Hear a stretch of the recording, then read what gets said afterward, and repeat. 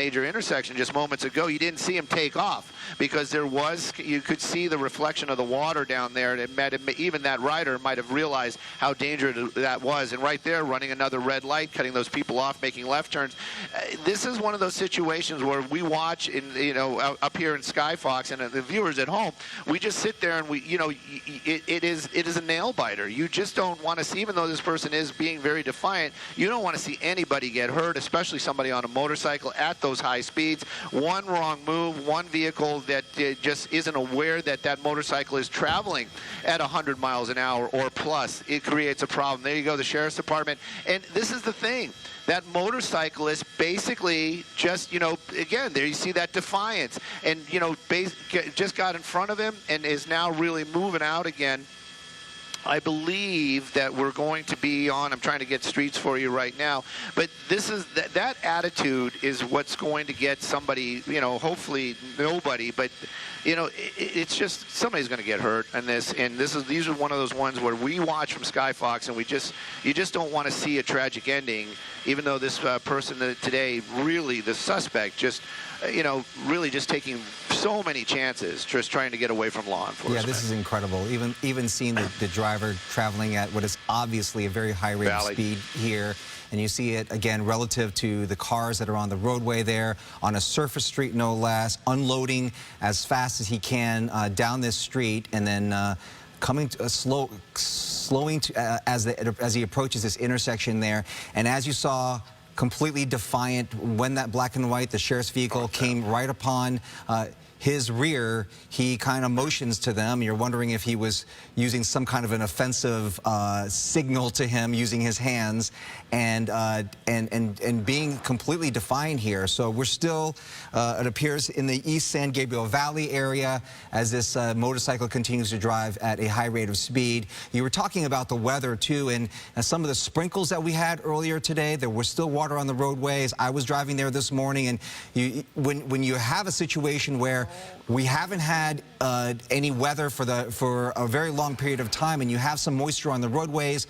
with the dust that's on the roadways, the oils, they can be a lot more slick at this point. So it's really extremely dangerous for this driver to be, motorcyclist to be driving at this high rate of speed. But then there you see, completely ignoring the helicopter that's overhead, and completely ignoring the black and whites that continue to follow this motorcycle through the San Gabriel Valley area and traveling at a very high rate of speed.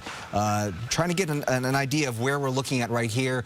Stu? Well, we were on Sunset, and I believe you just made a turn on Francisquito. Basically, this is an area where it's a southeast type of direction, that road right there. Skyfox making our way over towards that area right there. We're in a backup ship today that can tell you, Adam working the one radio we have feverishly, so we can keep communications and stay safe up here in Skyfox. Just made a turn into a residential neighborhood. That's going to be a little bit harder for us to get an actual street name for, but maybe California Street, I believe, is what we're hearing right now. But this is going to be one of those ones. If he gets into, maybe he's in the area where he's near his home. Maybe he can, try to abandon that motorcycle and make a run for it. Here we go again. Another smaller street out here. One of the things that we watch from Skyfox is in these situations where they drive so fast out here. The law enforcement, they're going to play the safety card. They're going to back off. They've got the helicopter up above, but the deal is folks that are just making that turn, making their way onto the street, if they see that motorcycle off in the distance, they think they're clear. Nobody's really, you're not thinking that bike is going to be moving at 80, maybe 90 miles an hour on a street. And clearly he's in an area where he knows where he is. He was just gesturing some people that are waiting out on the lawn there.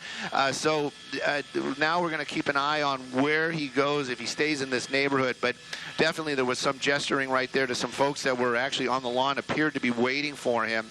But the deal is, Drivers on the road, you're going to be making a right turn or a left turn. They look, they see that motorcycle off in the distance, not realizing this bike moving almost at 100 miles an hour, and they think they're clear, they think they have enough room, and they make that turn in front of that motorcycle, and that's when those collisions happen. The bike right now making another U-turn right there, maybe heading back over to that area, or perhaps staying, we'll keep an eye on it. Looks like he's unloading some... yeah, it looks like he's unloading something right there. I don't know why he would do that. It looks like he threw a duffel or a backpack out there. But that was kind of interesting. So, Bobby, this brings us back to the original. Maybe there's a reason why this motorcycle doesn't have any plates on it. And maybe this rider not just wanted for speed. Ooh, look at that one. Yeah.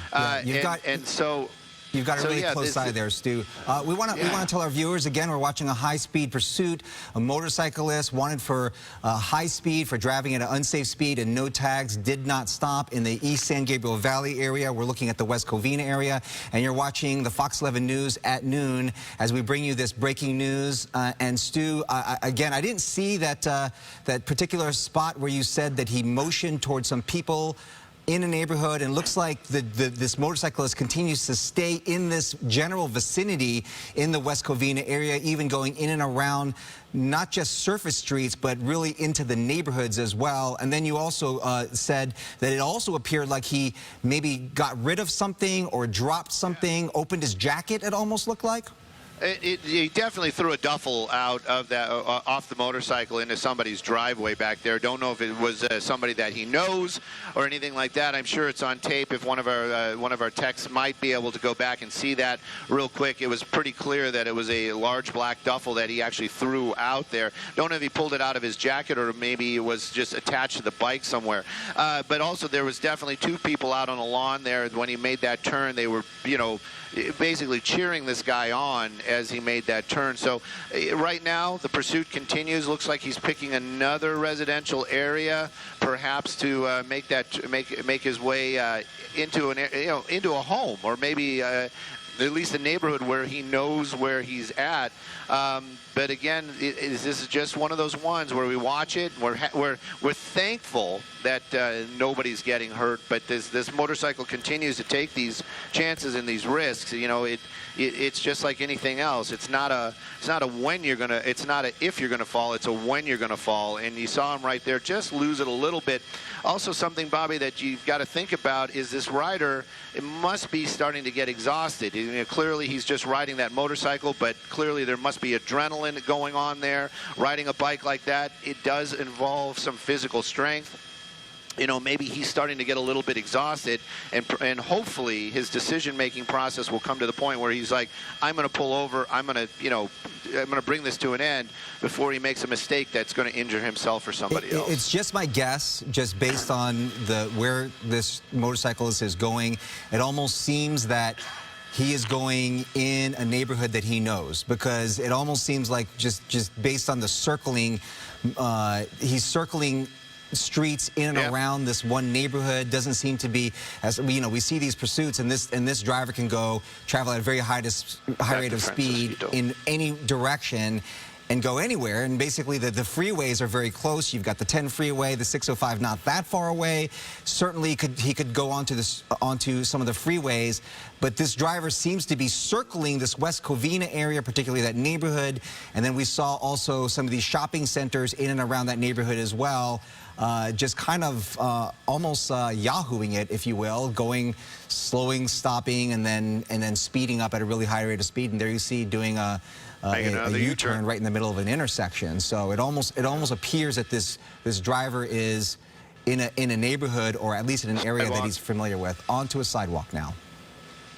Yeah, you know, and we're, just so the public kind of knows the general area, we're off of Francisquito Avenue, and near Sunset, near Glendora, just in Merced. It's basically in that giant block area right there in the West Covina area, and it almost appears that we've been going by that same shopping center. I haven't seen the Big Five is what I've been using as my reference point, but I haven't seen it rolling through there again. You clearly saw it. We just crossed over Sunset, so So don't know if he's making his way out towards Orange because he was on Orange earlier on, but really picking up some speed again right there. Shirt and his hoodie basically blowing up the back, blowing up the back of his back. But at any rate, every time he opens it up like that, every time he really starts to move that motorcycle along, you just hope that those tires stay to the ground, and you also hope that no other vehicle isn't expecting him to be going 100 miles an hour, going to change lanes or do anything that's unexpected in front of that motorcycle. That rider might be getting tired. We've been seeing a little bit slower movement with the bike, even though on the straightaways he's still really opening it up. But all those hard turns, all that going through areas, and it could get exhausting for that rider. So that's something else to consider. And as he gets more exhausted, he might be prone to make some more mistakes or unable to control that motorcycle the best that he could. So right now we're keeping an eye on it. I can tell you the Sheriff's Department has not let this go, but it is because of safety. They're not on the ground, and they also feel that it's almost, that the rider is taunting the deputies, and it also might be a problem. They're thinking that maybe if he doesn't see those deputies down there, he's going to be able to, maybe slow down or make some better decisions. Looks like right now he's making a decision to get some fuel. Well, now he seems to be talking to some of the people fueling up at this gas station. Yeah, and you almost wonder if he's going to try to. Yeah, he just jacked that guy's fuel right there. And at a couple of dollars a gallon, that's that's almost petty theft. At any rate, he just took a squirt or two, and that's about it. But so it does show you he might be running on empty. Just a gallon on that bike will get you a good distance. But he's continuing on there. Wow. It's interesting because I had that question, and I'm not sure. I'm not a motorcyclist, so I don't know how long a motorcycle can run on a tank of gas, especially if you're unloading at very high rates of speed here. You're going to have to, we often talk about during chases how long, you only can run on the one tank of gas, right? You have to gas up. But again, it goes to the fact that these motorcyclists, you can be so nimble and it's interesting how that woman, of course, she did the right thing. He probably said, hey, let me have some gas here. She goes back in her vehicle. He grabs the pump for just a second and gives himself a couple of gallons, and he's back on the run again.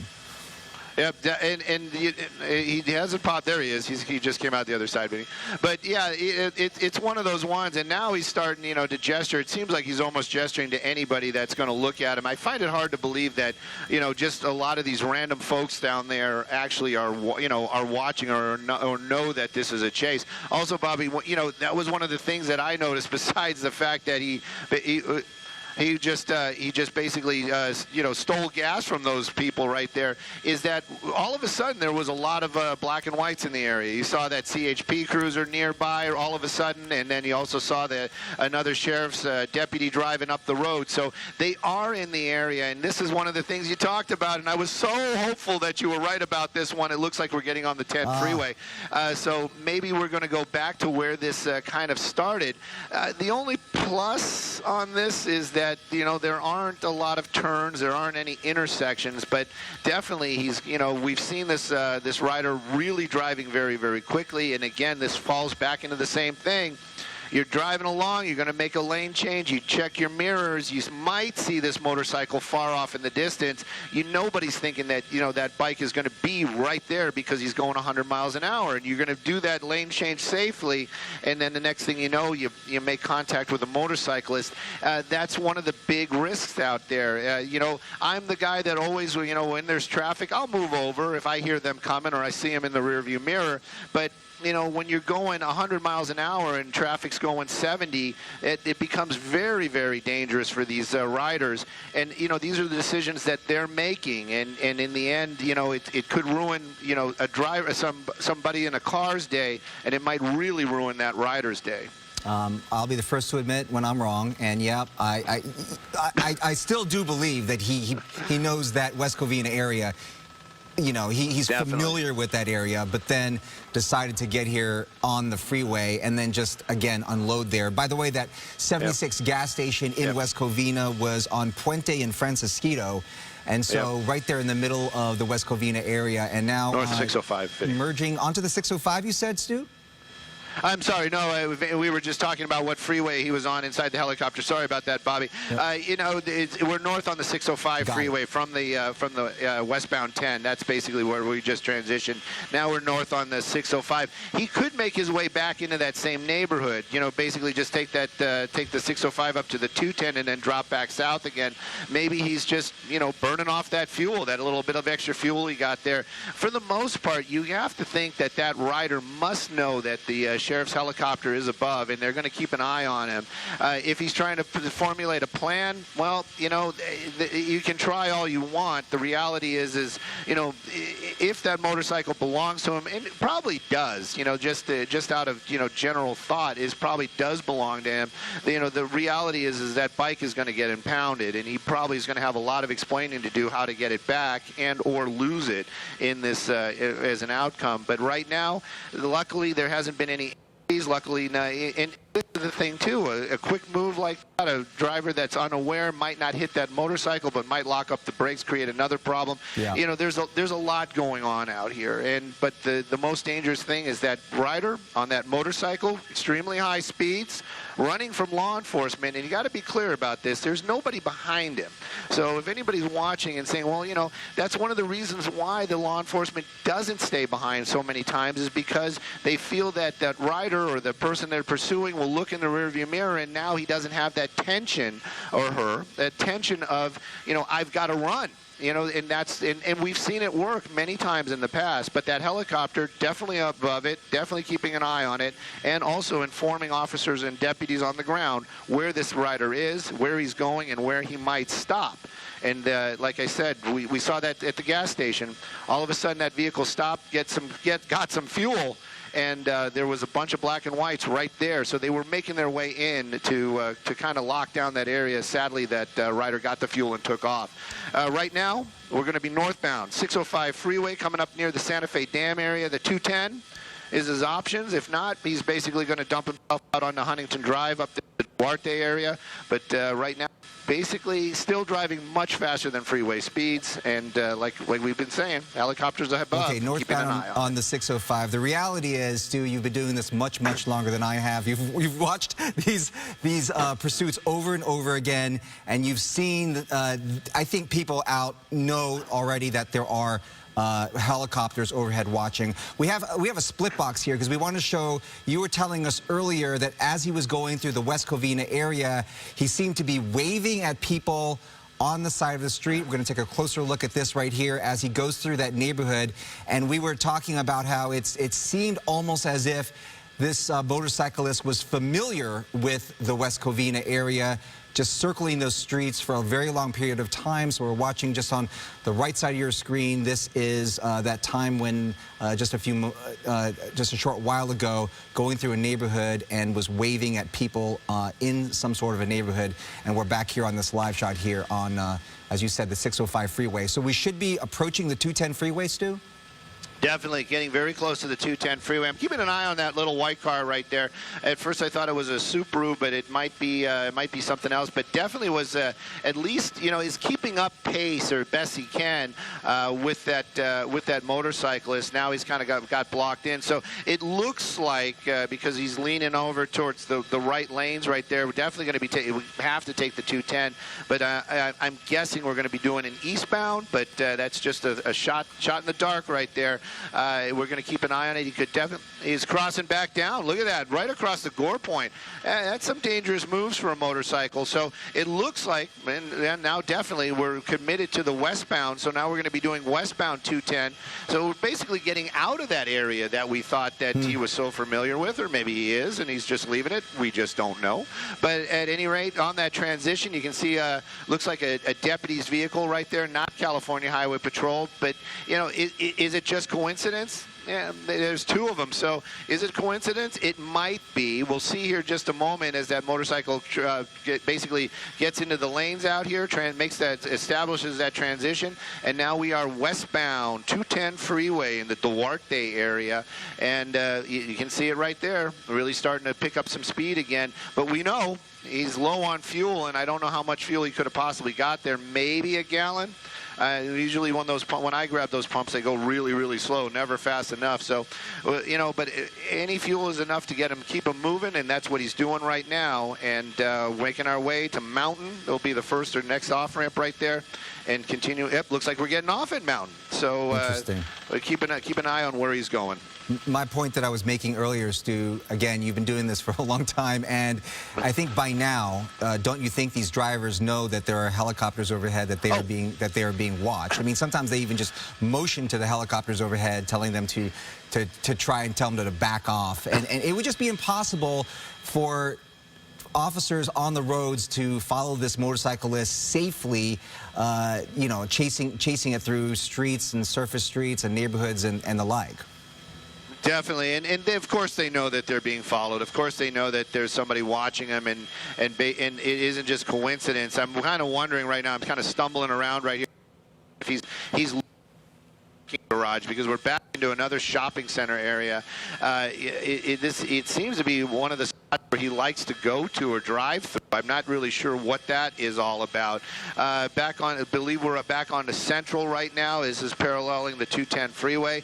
The traffic out here, you know, when he was making that one little turn there, you know, cutting those people off, making the wide right-hand turns, and those are extremely dangerous. You know, he can't see what's going on the other side, and right now it looks like, because again we don't have that map today, it looks like we're going to be northbound on, it's either Shamrock or Mountain, but a lot more traffic. And you know, Bobby, you're so right. The law enforcement, they could maybe keep up in the idea that they could stay.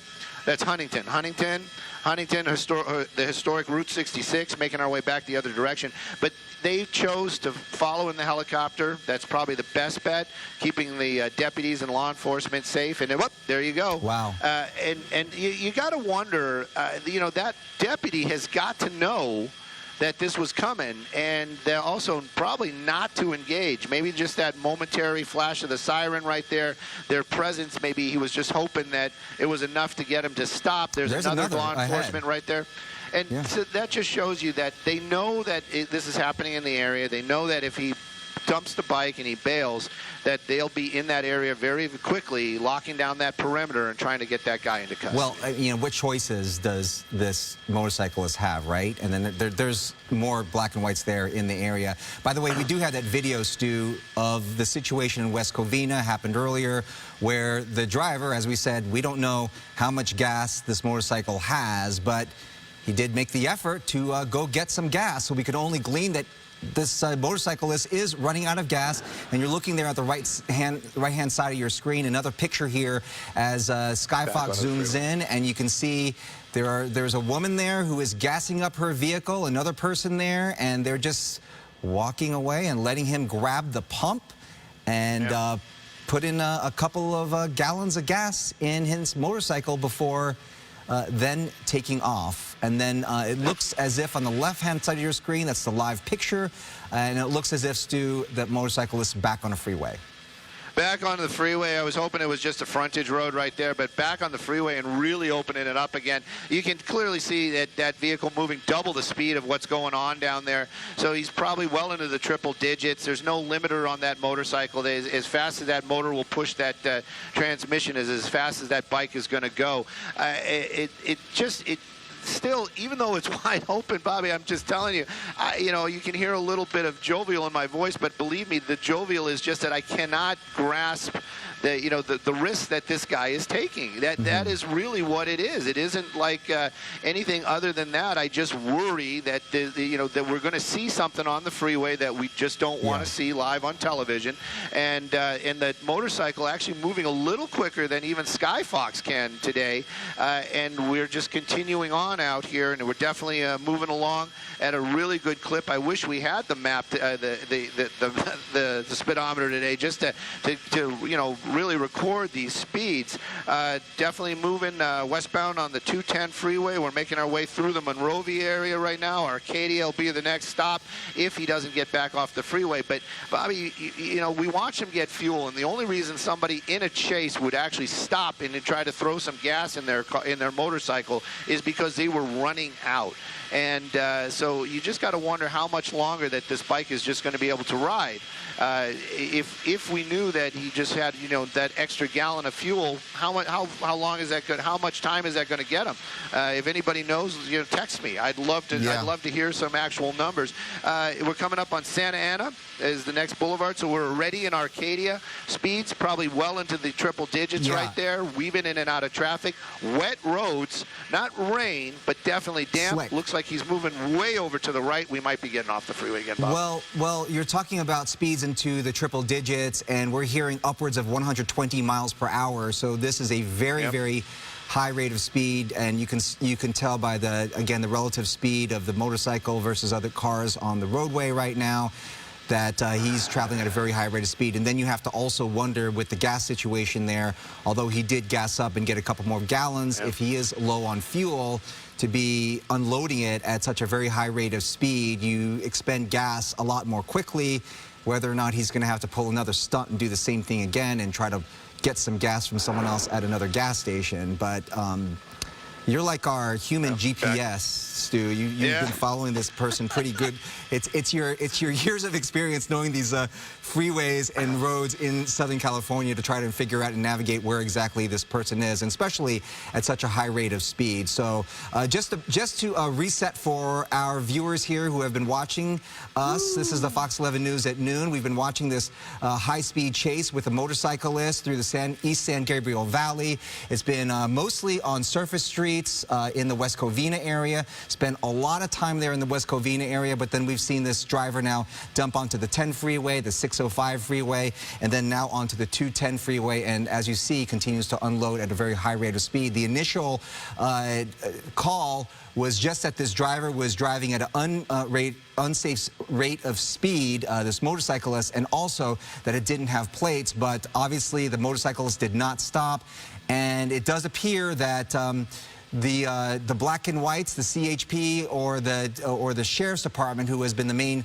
handle on this, has kind of taken an approach to back off just a bit to let this driver what are you doing? Drive, and then but then there is a helicopter overhead. All right, Stu, you've been listening to me ramble on about this, but wow, more dangerous moves by this motorcyclist. Definitely. One of my friends, Andrew, just texted me that those motorcycles get to about 35 to 45 miles per gallon, and about a gallon of gas might get you about, at these speeds, right around 30 more minutes of ride time. Interesting. I genuinely believe that. Those numbers probably just about right. It looked like some other motorcycles on the 210 freeway either joining in or just happened to be in the wrong spot at the wrong time. But he basically went right past them, and then he started weaving a little bit, and you can see the reflection on the freeway, so that roadway is damp, and he's moving along at those high clips. I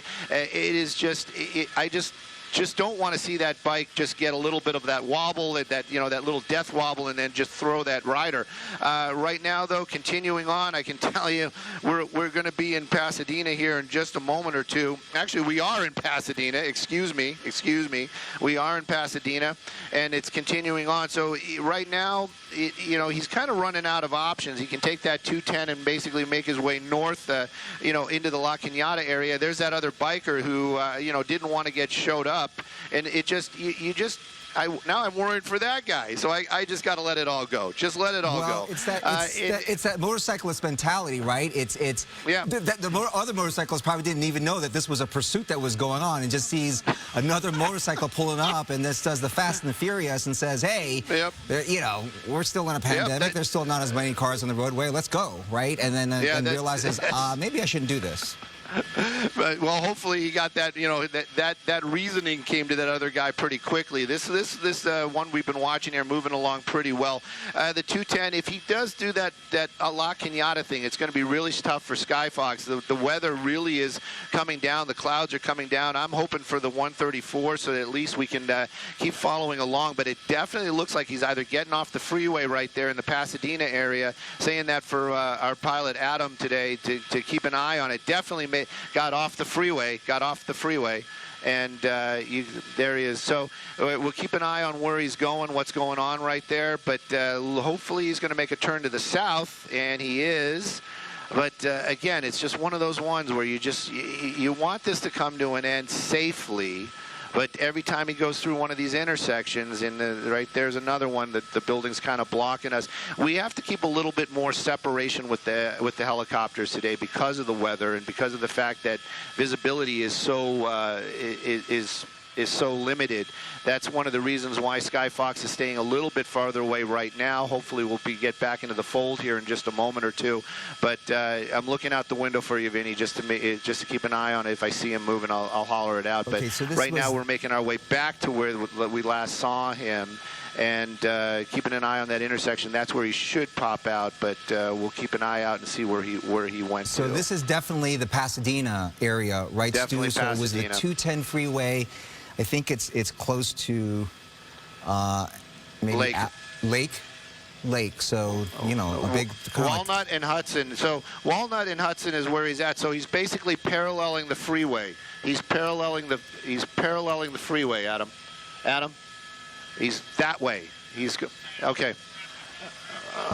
Walnut and Hudson in the city of Pasadena. All right, we're going to give Skyfox and Stu an opportunity. He's on the street that's paralleling, Vinny. So to he's up reposition over there. There. There you see some of the water on the lens. I think our viewers can see that. So just to give them an idea of what the situation we're dealing with a high-speed pursuit of a motorcyclist in really unsafe conditions. So we have some water still pooling on the roadways, some slick roads, and this driver traveling at a very high rate of speed, triple-digit speeds, over 120 miles per hour on our area freeways, from the 10 to the 610 to the 210 freeway, and now dumping off into the Pasadena area. I want to show you some video of what was going on earlier. Now, this pursuit was happening mainly in the West Covina area. There on the right side of your screen, you see that the driver, the motorcyclist, threw some sort of a duffel bag in that area, and Stu and I were just guessing that this motorcyclist did know or is familiar with the Pasadena area,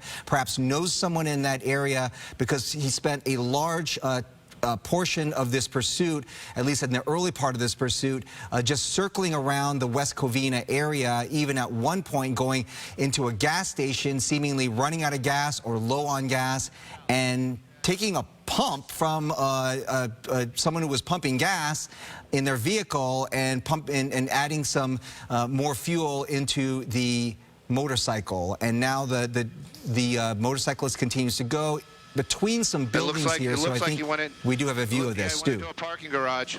Go ahead, Stu. It looks like it definitely went into a parking garage right there, because we saw him there for a second or two, Bobby. Thank you, Pete, for calling it out. That was the black and white. That's going to be Pasadena PD. This is going to be one of those ones again where they're going to have to get a number of officers out here to lock down. That is a large parking garage, and Vinny doing the right thing right now for sure. We're going to keep an eye, like a wide shot like that, just to see if that he pops out on the other side right there. This is what I was talking about earlier. We saw this driver going in and around parking lots and maneuvering very quickly, and how a motorcycle is so agile, and you're able to move so quickly, and officers and vehicles have a tough time trying to follow the motorcyclist. And then when you get into a situation like this, when you pull into a parking garage, and you can see this is multiple levels, 1, 2, 3, 4, at least 4 levels in this parking garage, and no telling where inside the parking garage the driver, the motorcyclist, might have ended up or is driving around. They need to get the and then backside. can really easily get out of the motorcycle and then get on foot and try to get away from the officers. So right now, you see a couple of black and whites that were following very closely behind as best they could. They look to be surrounding this parking structure, likely on all 4 sides here. So trying to contain the area and to try and make sure that they see this driver before the driver tries to get away. Looks like I'm looking at possibly Los Robles Avenue. Does that sound right, Stu? Yep, it's going to be off Los Robles, and it's going to be south of Colorado. So it's going to, there you go, Green Street. Thank you, Vinny.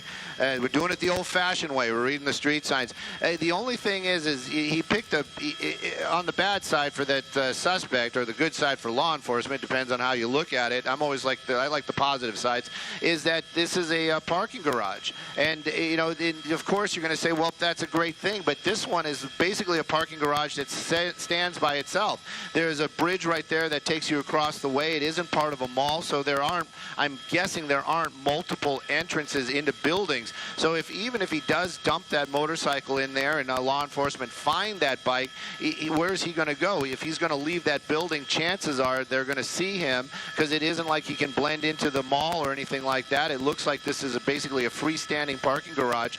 So that's going to be a plus for law enforcement if they are going to, you know, to try to really get that guy in custody. I'm surprised they're still allowing vehicles to basically just park in there. There's something going on right there at the corner, Vinny. That was the guy, you know, he was looking to Vinny. Vinny's on it all the time. I just got to tell you, Vinny was watching that guy earlier on, and you know, we didn't see where he came from, but it definitely appears that is the suspect right there, being taken into custody, taking off his hoodie and just trying to blend in. But definitely got that guy in custody right there. But Vinny Mac has some eyes, man. He has some eyes. He's been up there a long time, but his eyesight has not waned. He's got great eyesight. It's interesting that this motorcyclist almost looked like he tried to dump off the jacket, the helmet, to try, as you said, to just blend in. Blend in. But I don't think that obviously didn't fool officers. I mean, let's hope they got the right guy here. Yeah, it's true. Maybe he wasn't dressed the part because it is very cold and rainy out there, and perhaps the fact that he wasn't wearing any kind of jacket or hoodie might have been one of the reasons why that he got caught. But you know, Vinny is all about the shoes. He's a shoe guy, that Vinny, and he was looking at the shoes. That's what he's telling me right now. He's a shoe man. So at any rate, the suspect in custody there after a long pursuit. Thank goodness. Nobody got hurt. I got to remember that. Always look at the shoes, because what are you going to do, shoes. Right? Okay. This is, by the way, the Paseo. It's all part of the Paseo Mall, the Paseo shopping mall. So this is a parking structure that is adjacent to the Paseo shopping mall, the big shopping mall there in Pasadena, and it looks like this driver, man, pulls off the 210 freeway, gets onto Pasadena streets, and then tries to evade police officers by going into this parking garage. We've seen other chases end like this before, Stu, where they go into these parking garages and they actually get away. So that you know, it's a tactic that I have seen before, but that wasn't the case in this situation here. It looks like it's the end of this pursuit that ends in Pasadena, and fortunately, from what we could tell from the time that we have been looking at this for about 45 minutes now, as this motorcyclist was traveling at a very high rate of speed, it looks like, at least what we can tell, no one was hurt. So that's a real good situation there. It looks like this driver now in custody. All right, Stu Mundell and Skyfox, as well as Vinny Mac, great eyes. We appreciate you both. Thank you very much, and we'll continue on here with the new news. Thank you both. On to this story. 6-year-old Aiden Leos was shot to death sitting in a booster seat as his mother drove him to kindergarten. Now a 2-week manhunt ends with the arrest of his suspected killers. Christina Gonzalez joining us live in the city of Orange, where we are getting our first look at the suspect ahead of a news conference that takes place in just a few hours from now. Christina. That's right. We're at the vigil site where people have been showing up ever since they